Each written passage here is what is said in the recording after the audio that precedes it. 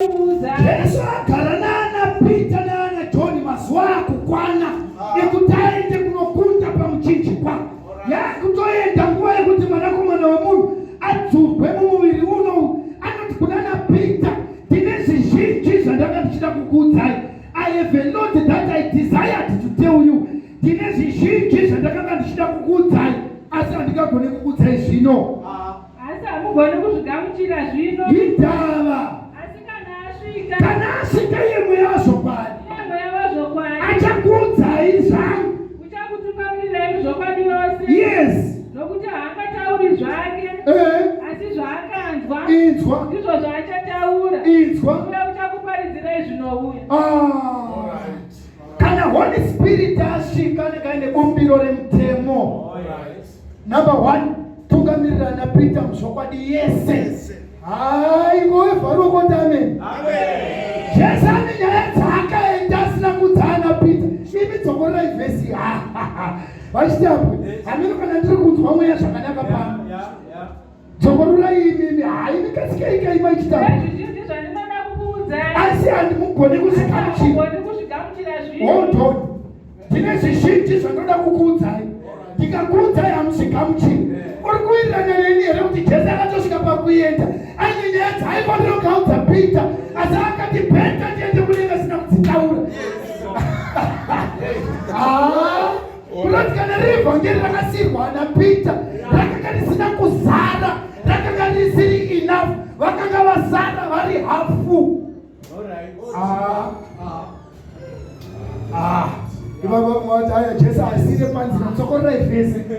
Ndezvizhinji zvandinoda kukuudzai. Jesu akutoenda 3.5 years dzapfuura ine vakomanawo. Asi hamugone kuzvigamuchira. Bhazi rangu ndine nyaya dzandachida kukutaurirai. Ndikakuudzai izvozvo munodziramba. Zvinobatsirei kukuudzai zvinhu zvamunoramba. Ndakuenda. Ndoda kuiva china John kati apa ngotinyewo right. Ngotinyewo nyaya dzacho ina munodzigamuchira ndiri wani. Zvikanzi abodo. Ndakumborowa pasi. Ndichaita sei kuti mudzigamuchire? Asi kana asvika mweya zvokwadi. Chimbobuda muchechi munoende pazuva rePentecost. Chimboona vakomana vachiita kunge vadhakwa.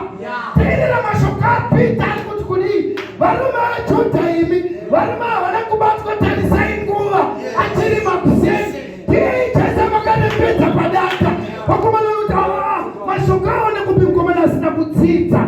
Zvikadzana nenyaya dzaakati ndinoenda ndichidzisira panzira but ndichakutumirai achakudzidzisai.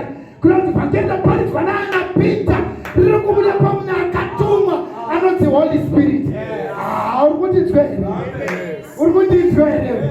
Saka kuona Peter abata peni akunyora mwati kuhama dziri paGaratia, vamoti kufunga kwaPeter aiwaka ndiye mwana wakadzi achauya muzvokwadi wakutungamirira imoparidza.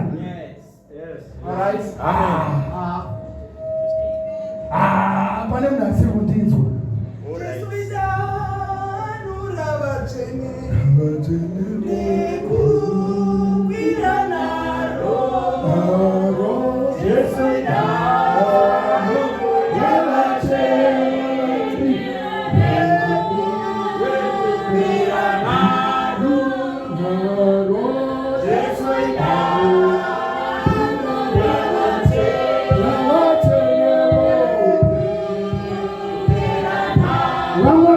Paulo akuparidza vanoti Paulo ane zvimwe zvaaitaura zvemusoro wake. Haleluya. Vanoti zvimwe aingotaurawo zvemusoro wake, zvimwe zvacho kufunga kwake. But vhangeri vamasokarati Jesu anoti handingakuudzei zvese. Hamuna capacity yekuzvigamuchira. Verengai machitambwe verse 13. Asi kana asvika iye mweya wezvokwadi achakutungamirirai muzvokwadi yose. Inzwa nyaya yedu usarasika iwewe. Tati toda kuziva kuti why blaspheme against Jesus can be forgiven, but blaspheme against the Holy Spirit can never be forgiven. Zvikanzi mweya mutsvene anouya okutungamirirai muzvokwadi yese. Yes. Nokuti haangatauri zvake. Holy Spirit akauya ukanzwa achitaura haasi kutaura zvake. Baba Muzenda, Mweya Mutsvene tinaye, tinaye. Ndinombokuzwai muchinamata, ndaikunzwai kuparesi. Mweya Mutsvene tinokutendai nezita raJesu. Mweya Mutsvene makangotinakira. Iye Mweya Mutsvene ari kutoshaura kuti ndakanaka papi kana ndichitaura nditaure zvangu. Hadzimurei vhesi 18. Handisi kuti zvakaipa. Imbodya mabhonzo bichana. Kana Mweya Mutsvene asvika, iye Holy Spirit, true spirit. Holy Spirit simuka. Wasvika nditi. Aiwa uyenga kuno haikuna kutya kwayo. Tokowamba. Basa ra Holy Spirit ndekufamba nomureliwe yechokwadi handiti. Iye pamberi. Isusu tiri machi. Usafambisa. Verengai. Holy Spirit famba. Bichana kuchana. Holy Spirit ne church. But Holy Spirit manje pari kuenda manje. Ari kuti kwandiri kukuendesai uku hakusiri kwagumaraini kwangu. Nyaya dzandiri kukufambisirai hadzisi nyaya dzangu, ndedzani. Asi zvaakanzwa hanzi ndakatozvinzwawo ndizvo zvaachataura. Uye uchakuparidzirai zvinouya. Achakuparidzirai zvinodii? Yes. Uchandikudza. Holy Spirit anokudza Christ. Nokuti uchatora pane zvangu. Anenge achitora pane zvaJesu. Akuparidzirai isu. Obva atiparidzira isu.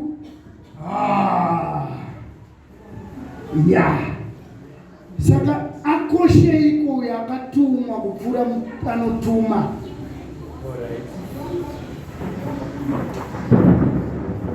Nai Holy Spirit, makakosheimi makatumwa chapfuura akakutumai.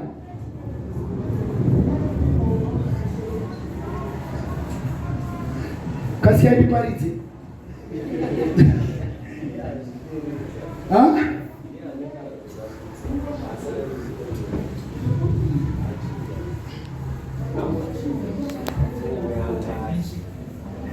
Ende chekisenda kubatsira iwe ndaita kuti vaichihongera basai. Mati maichitambwe. Tauleti family now. Aiwa maybe that Holy Spirit. Uyanzi ndichakutumira mapanzwa. Panzi ndichamutuma. Kana auya iye hatauri nezvake. Anotora pane zvaJesu okuti tsiba. Obva akudza Jesu. Holy Spirit arikutokudzawo Jesu. Saka akoshei nakutumwa. Baba ndima bva kuSouth Africa nemaanza anoti nzwike.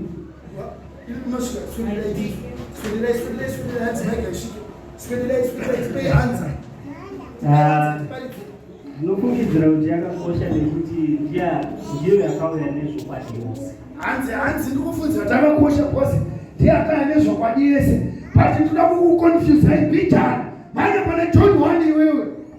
Verse 15 toona kuti zvokwadi yakauya naHoly Spirit here. Mukanyepa munopedza service makamira. Johanna kakurira. Kuni zvikanzina John achireva Jesu ndiye ndaireva murume uyu shure kwangu ndiye wandaireva kau nokuti murayiro wakapiwa naMozisi 17. Nokuti murayiro wakapiwa naMozisi.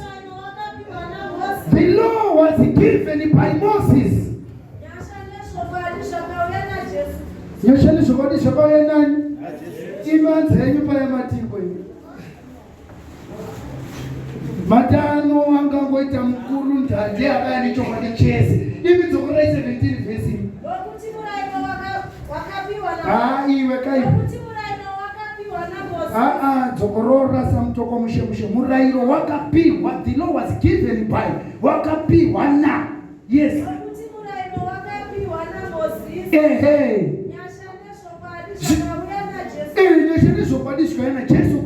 Jesus Christ is the one who brought truth and grace. But I'm will correct because here the answer achakutungamirira zvokwadi. Hauyi nayo zvokwadi, anokutungamirira mairi. Kwa hiyo zvokwadi wacho ndiani? Iwe kuti chokwadi ndiani kweli? John ngakuda ndibva ndakudza nevhesi. Omana kasika aisiri adada simukira but tautongo itaura aiwa 17 John here. Yes.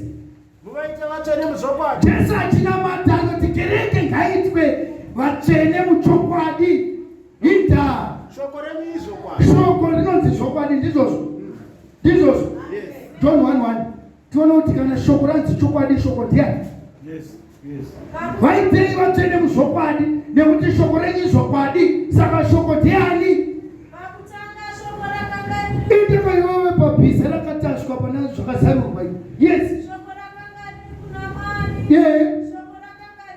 Shoko rakanga riri kuna Mwari, shoko rakanga riri Mwari. Vanzi vaitei zvokwadi mushoko renyu nekuti shoko izvokwadi, shoko rakanga ririko rakanga riri kuna Mwari, shoko racho ndiye Mwari.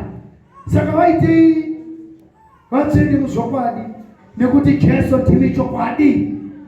Saka chokwadi zita remunhu pauti vapenda kutaura chokwadi kudai so uchiroora watugunwa twako uchinyepo kudai uri kutamba nezita remukuru udzari padhuze pako kuti usatamba nezita remukuru. Zvinoita mai akazvezva chokwadi so baba akiti mari iyo ndatobhuroka ndoyandokutoda hapana kachinayo zvayo mari paunongochida kuti kunotoko pepe kutamba nezita rechi waiwana iwe akanga akatasha zipisa zita rake ranga rakanzi wakatendeka nevezvokwadi. Ipapo ndakaona kudenga kwakazarurwa ndokuona bhiza jena pamusoro pebhiza pakanga paine mutekwatekwa zita rake rakanga rakanzi wakatendeka nezvokwadi ndiye anotonga nekurwa zvakarurama. Saka chokwadi nakutendeka izita remunhu. But mubvunzo wedu ngatidzoke zvekare. Mwari ndimweya pane mweya washeka. D4 dzaJohn kune vamwe D4 dzaJohn 23 verse. Ivhesi yani 24. Yes. Mwari ndimweya vanomunamata. Mwari ndimweya kana uchimunamata munamate mumweya uri muchokwadi. Ndaiye kana usiri muchokwadi ndomuna Jesu. Ndiye mweya wacho vanomunamata mumweya nemuchokwadi. Saka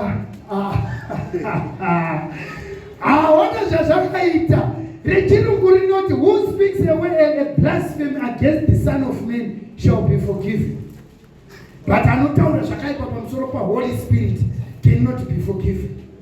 Hear me church, ndinzwei musha. Chakaringa Jesu pano panyika kuti atore mutadzi amuponese ndizvozvo. Kureva kuti kana ari muprocess yekuponesa mutadzi unobvumidzwa kumutadzira, ndozvaakaringa. Haleluya. Unobvumidzwa kudii? Chibwedai pa 10 titangirei pa 28 rakaboka munhu wakaramba murayiro waMozisi. Dzanga dziripo shamwari ndivaHebheru vari kuverengwa 10:28 dzavaHebheru. Munhu wakaramba murayiro waMozisi. A man that despised the law of Moses unofa asinganzwirwi tsitsi, died with no mercy.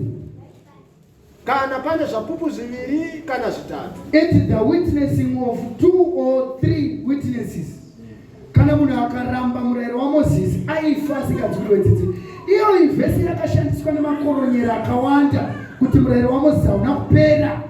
Pakanzi kana munhu wakaramba murayiro waMozisi wakaramba ipapa vanenge vachipashandudzwa vachiti munhu anoramba. Dzokorodzai varakabopa. Munhu wakaramba murayiro waMozisi. A person that defied the law of Moses.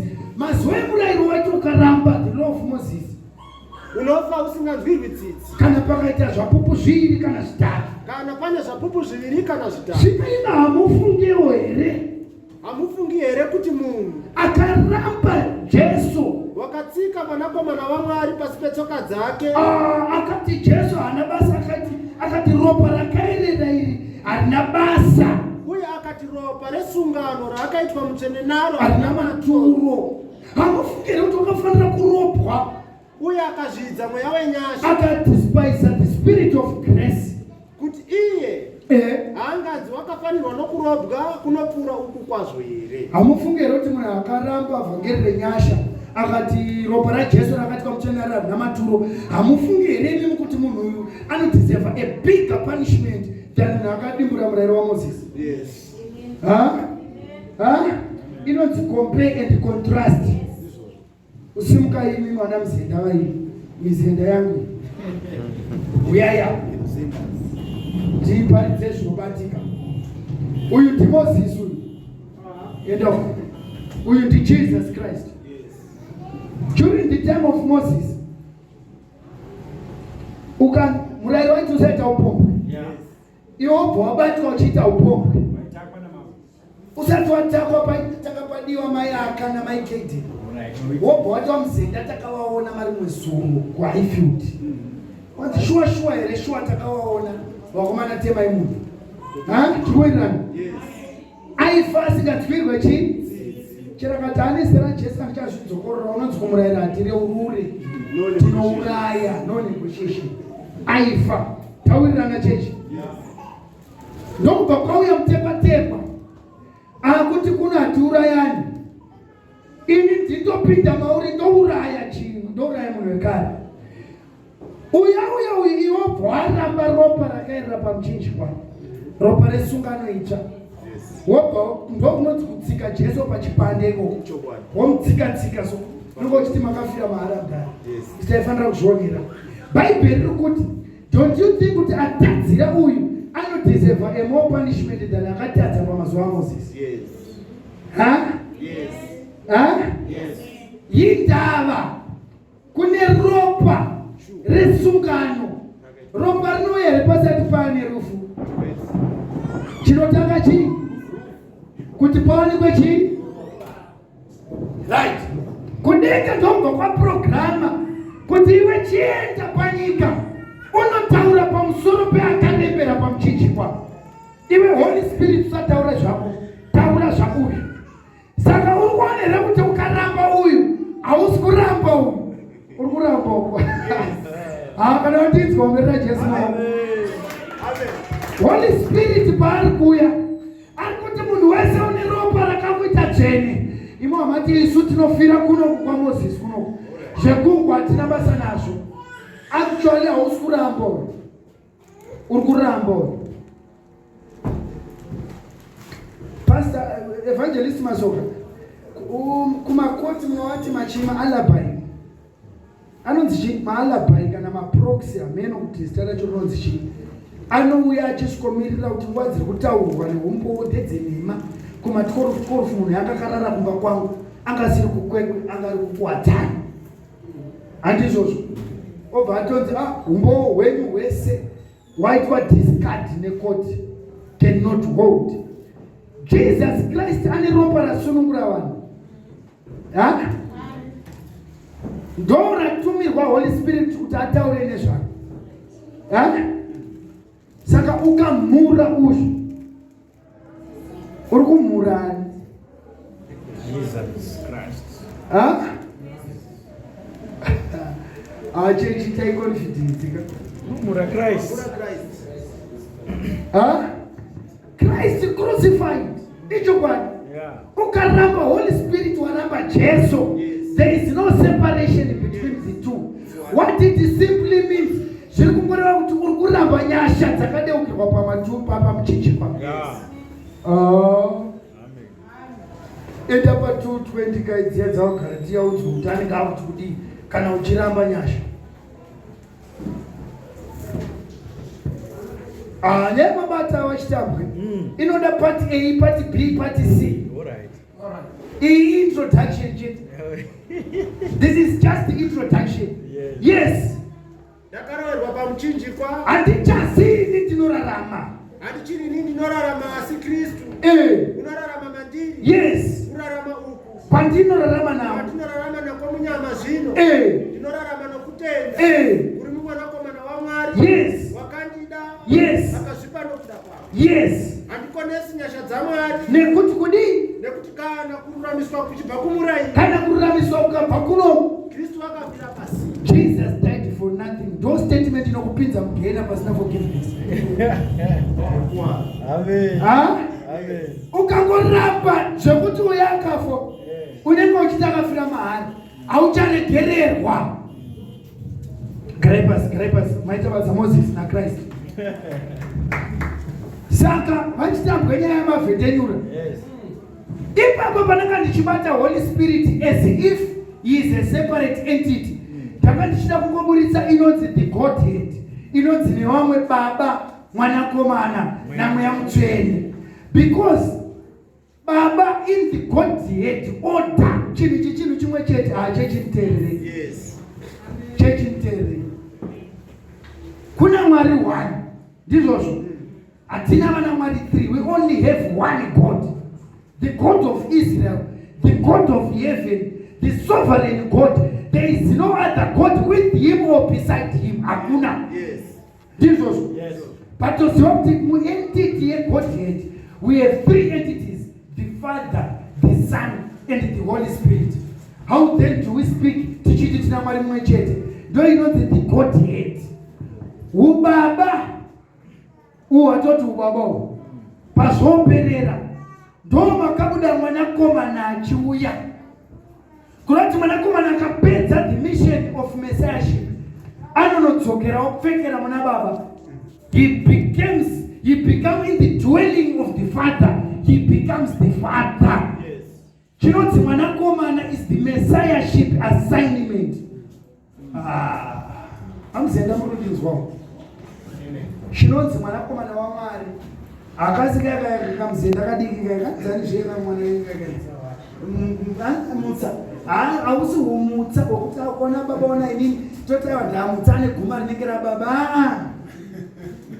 Kazi kwazviparidzwa zvenhema navanhu vazhinji izvozvo. Panonzi aona baba ona inini anoti baba Kedi naKedi vakafanana. Saka ukaona Kedi unaona baba wake. Inhema dzenyika dzakazara kuti pamu. Hallelujah. Maifundisi mandinzwa. Zai wakati kaona kachite nemushore tataona baba wake. Asi ndizvo zvazvinoreva. It's two totally different things. Vamushore nemwana wavo, two people who are different. Christ, the Messiah, anonzi makandikadzirira muviri. Kuti he never had a body. He never had a dwelling panyika panapa. Ndoba tanzikati mugadzirire muviri. Muviri wacho toita sei Gabriel. Enda unofana paoni kuna Maria. Uchabata pamwiri usina usana nemurume. Saka ndozoita sei kuna Joseph. Don't worry. Joseph chamusota. Joseph dzakazonga dzakona mukadzi ane nhumbu dzauda kutiisa dzikana Gabriel tokupani pama mukuru. Dzika amaichengeta mukadzi. Nzaone pamuviri zvikadzi tepedu kuno kudenga. Iwe dzikama uri ipapo. VaHebheru yoti vakandikadzirira muviri. Hati kuiverenga 10:5-10:6. Ibhoti 1 verse 52. Kuda kupoya mukadzi. Ito ndo kama sabongeriyo.